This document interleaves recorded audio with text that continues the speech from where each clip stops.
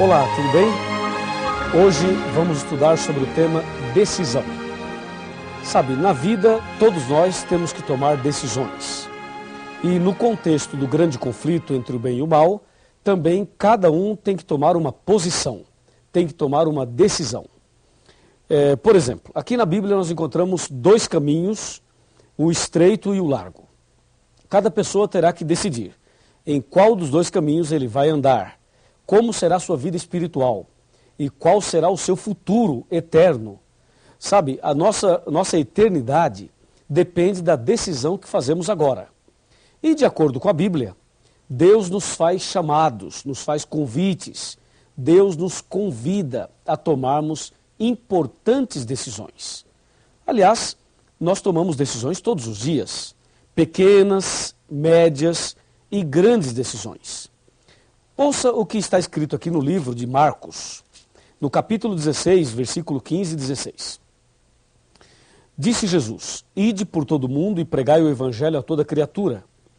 Quem crer e for batizado será salvo. Quem, porém, não crer será condenado. Percebeu que nesse contexto aqui você também tem que tomar uma decisão? Primeiramente, Jesus diz: Ide e pregai. Então eu vim aqui e estou pregando para você. Você está acompanhando essa série, estamos já no finalzinho dela. E você está ouvindo a palavra de Deus, como Jesus disse: Ide e pregai. Depois Jesus disse: Quem crer e for batizado será salvo. É importante que a pessoa creia, mas para que a pessoa possa crer, ela tem que ter uma base. E é por isso que você está fazendo o curso bíblico, para ter a base suficiente para você crer e aí tomar a sua decisão. Agora, isto não pode acontecer com uma criança recém-nascida.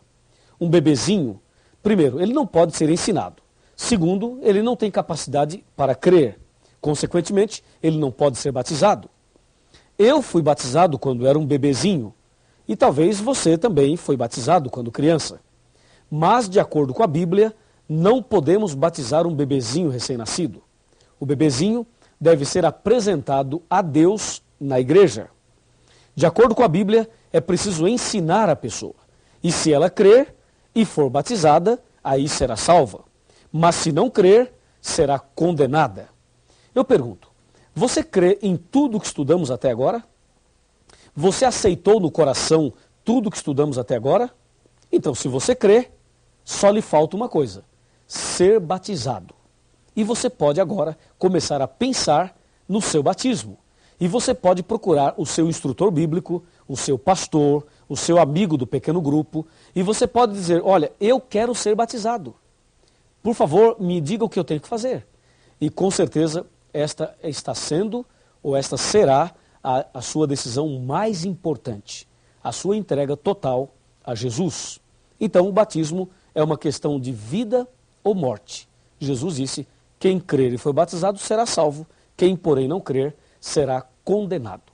A palavra batismo vem do grego baptizo, que quer dizer mergulhar ou imergir. Esse é o significado da palavra batismo. Agora, o que significa a cerimônia batismal? O ato batismal significa o quê?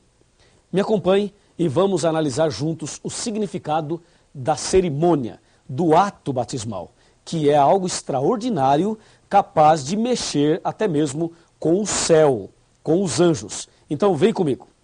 Batismo. O que significa esta cerimônia? Vamos abrir a Bíblia no livro de Romanos. Romanos capítulo 6, versículos 3 e 4. Está bem aqui, ó.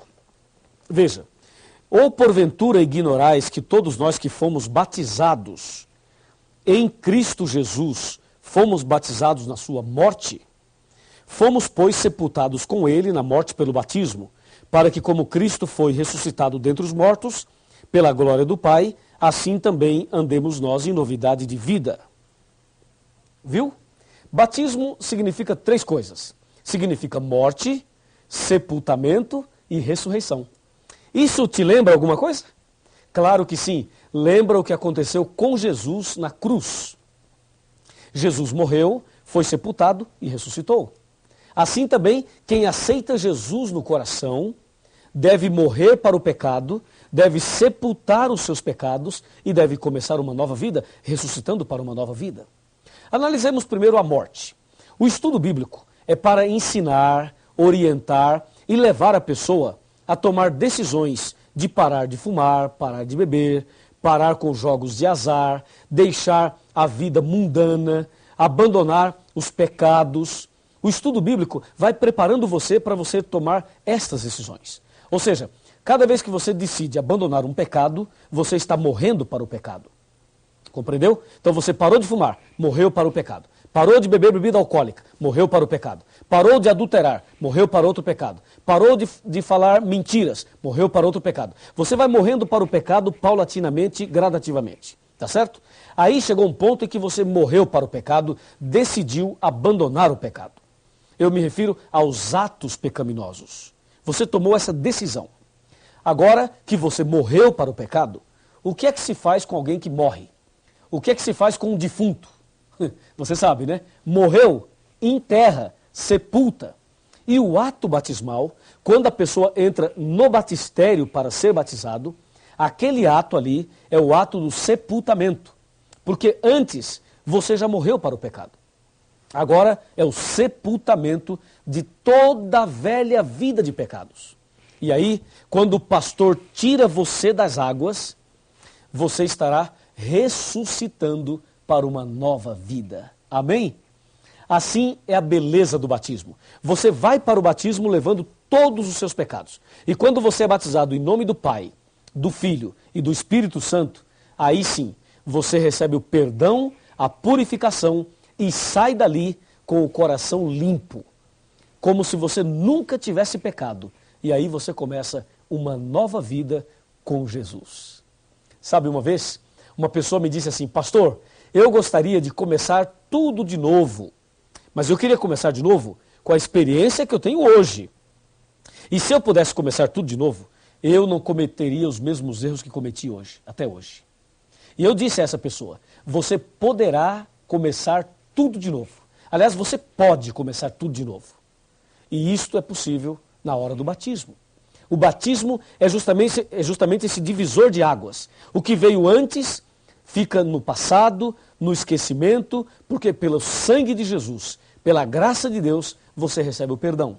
E quando sai dali, você sai para uma nova vida, para começar tudo de novo. Não é maravilhoso? É maravilhoso.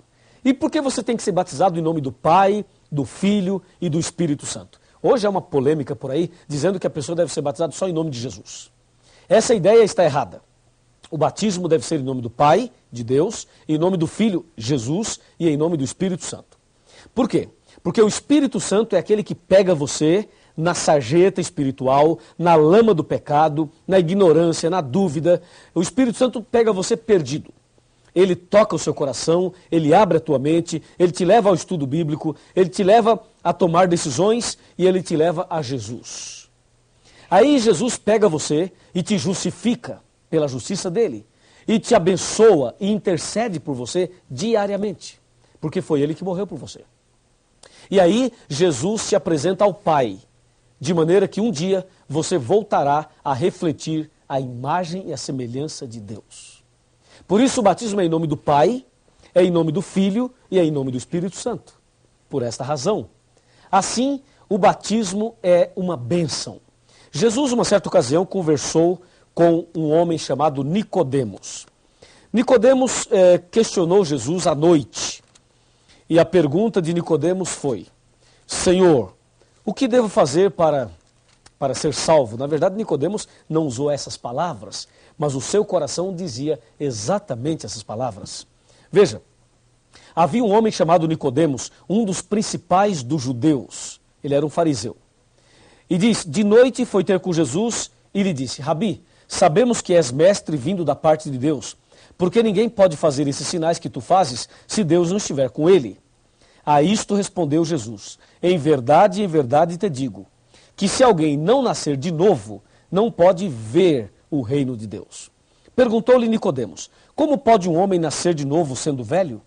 Pode porventura voltar ao ventre materno e nascer a segunda vez? Respondeu-lhe Jesus: em verdade te digo, que quem não nascer da água e do Espírito não pode entrar no reino de Deus. Isso está em João, capítulo 3, de 1 a 5. Você percebeu que Jesus foi categórico. Ó Nicodemos, se você não nascer de novo, não pode ver o reino de Deus. Depois Jesus foi mais enfático e disse, quem não nascer da água e do Espírito não pode entrar no reino de Deus. Eu pergunto a você, você quer entrar no reino de Deus? Então diga em voz alta, diga sim, eu quero. Se você quer entrar no reino de Deus, você precisa nascer de novo, da água e do Espírito. A água é o batismo e do Espírito é uma nova vida pelo poder do Espírito Santo. É isso, essa deve ser a sua decisão. Essa deve ser a minha decisão. Essa deve ser a nossa decisão. E aí você deve estar perguntando, pastor Luiz, mas eu já fui batizado numa outra igreja, eu já me batizei nas águas em nome do Pai, do Filho e do Espírito Santo. E aí? E aí, pensa bem, quem era Nicodemos? Nicodemos era um líder religioso. E Jesus disse a ele, você tem que nascer de novo. Sabe, meu irmão, se batismo é morte para o pecado, eu pergunto, o que é pecado? Pecado é a transgressão da lei. 1 João 3, verso 4. Se você já se batizou, mas numa igreja que não aceita a lei de Deus, não aceita os 10 mandamentos, então você não morreu para o pecado. E se você não morreu para o pecado, não poderia ter sido sepultado nas águas. Porque se alguém sepulta uma pessoa que não morreu, acontece um assassinato espiritual. É preciso então morrer para o pecado, ou seja, aprender a verdade sobre os 10 mandamentos. Aí, se você sabe a verdade e morre para o pecado, então a pessoa que morreu pode ser sepultada. Se você foi batizado numa igreja que não aceita os 10 mandamentos, quero te dizer agora, em nome de Jesus, necessário vos é nascer de novo. Ou seja, você precisa ser batizado.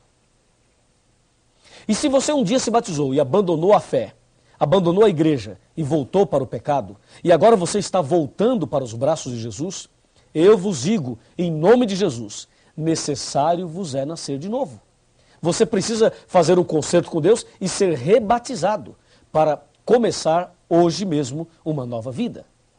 Assim, o batismo traz alegria. Alegria para nós e alegria para Deus também. Veja agora a parte final desse estudo. Me acompanhe. Eu convido você a abrir a sua Bíblia agora e analisarmos Lucas capítulo 15. Vamos lá? Lucas capítulo 15. Nós vamos ver o versículo 7 de Lucas 15. Está bem aqui, ó. Lucas capítulo 15, versículo 7. Achou? Veja lá. Diz assim, digo-vos que assim haverá maior júbilo ou alegria no céu por um pecador que se arrepende, do que por 99 justos que não necessitam de arrependimento. Viu? A palavra de Deus diz que há alegria no céu por um pecador que se arrepende. Sabe por que Deus faz uma festa no céu? Porque o sangue de Jesus foi derramado na cruz por você. Quando você o aceita, se entrega, toma esta decisão, então fica claro que no grande conflito, a sua decisão foi ao lado de Jesus. E por isso é feita uma festa entre os anjos. E na igreja onde você será batizado, também haverá uma festa. Somente uma pessoa fica triste quando você toma a decisão pelo batismo. É o diabo, Satanás. Mas nós não queremos nada com ele. Aliás, ele está expulso em nome de Jesus. Agora, a sua decisão é fundamental. Talvez na sua cabeça hoje fique uma dúvida. Talvez você fique pensando, devo me batizar ou não? Vou ou não vou? E pode ser que tenha alguém falando na tua cabeça e tentando desanimar você, tentando te afastar dessa decisão. Cuidado, Satanás usa pessoas. Satanás usa até líderes religiosos. Satanás usa pessoas da família da gente. Ele usa pessoas que você gosta muito, para que essas pessoas venham e digam a você, não se batize. Quero dizer que esta voz não é a voz de Deus. Deus está chamando você. Ele fala, vinde a mim, todos que estáis cansados e oprimidos, e eu vos aliviarei. Ele diz também, eis que estou à porta e bato. Se alguém ouvir a minha voz e abrir a porta, entrarei em sua casa, cearei com ele e ele comigo. E diz mais, hoje, se ouvirdes a sua voz, não endureça o vosso coração. E aí? Qual é a sua atitude? Qual a sua decisão? Eu quero terminar contando uma história. Uma história muito interessante. Me acompanhe nessa história. Essa história vai ilustrar exatamente tudo isso que estamos estudando hoje. Era uma vez uma escola onde tinha uma professora e um professor muito inteligente. Esse professor, que tinha uma capacidade extraordinária, ele era tão inteligente que ele conseguia até adivinhar o que o aluno estava planejando. E um dia a classe se reuniu para pregar uma peça no professor e tentar provar que ele não era tão inteligente quanto parecia. Aí um aluno pegou um objeto e colocou na sua mão. Escondeu as duas mãos assim para trás e disse: professor, o senhor é tão inteligente assim? Então hoje faremos um teste, um desafio. Se o senhor é tão capaz, diante da classe, me diga o que eu tenho aqui na minha mão. E o professor pensou, o professor caminhou um pouquinho para cá assim, pensando. Depois o professor voltou novamente, pensando.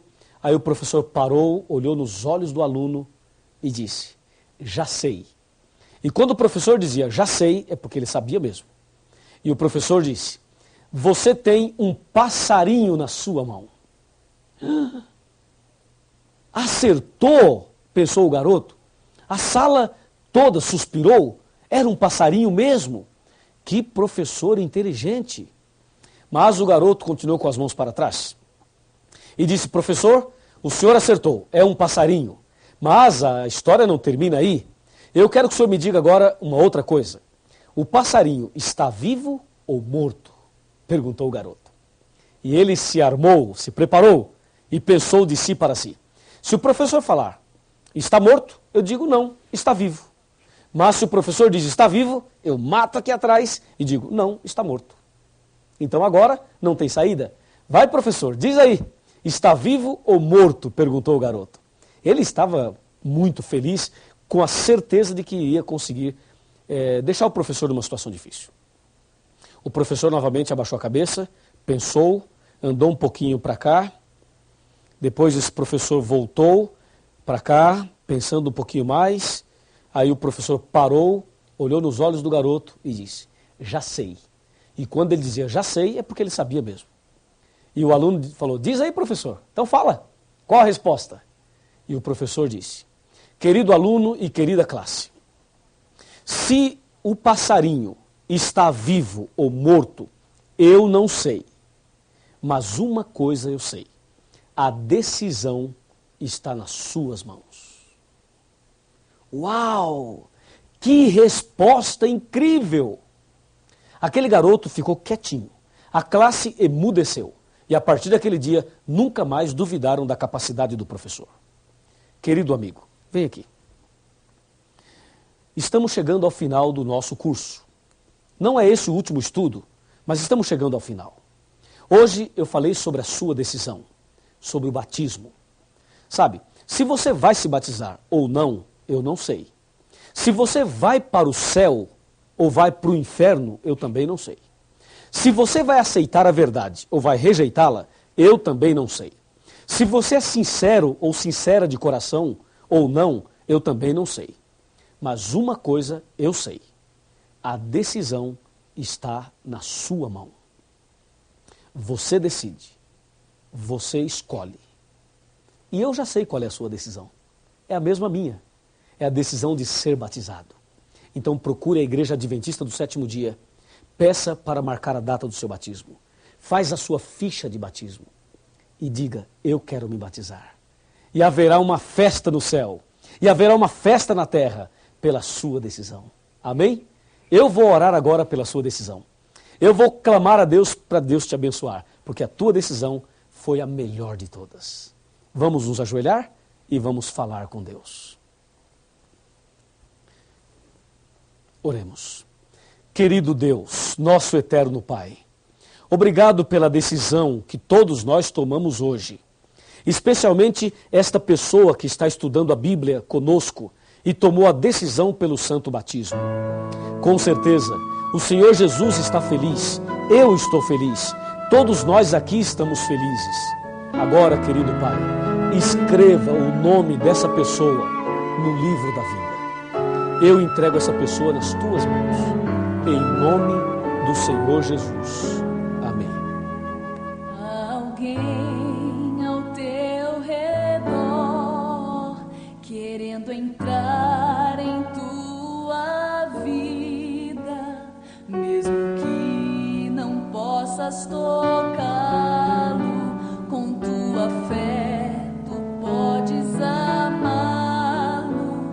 Pode ser que amargos problemas destruam todos teus anseios.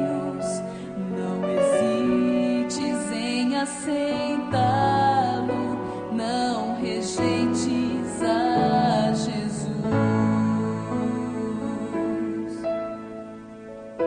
Então feche os teus olhos, erga os braços para Jesus. Ouça a voz do coração, sinta o toque do perdão. Então feche os teus olhos, traga tudo aos pés da cruz. Com amor, muito amor, dê uma chance a Jesus.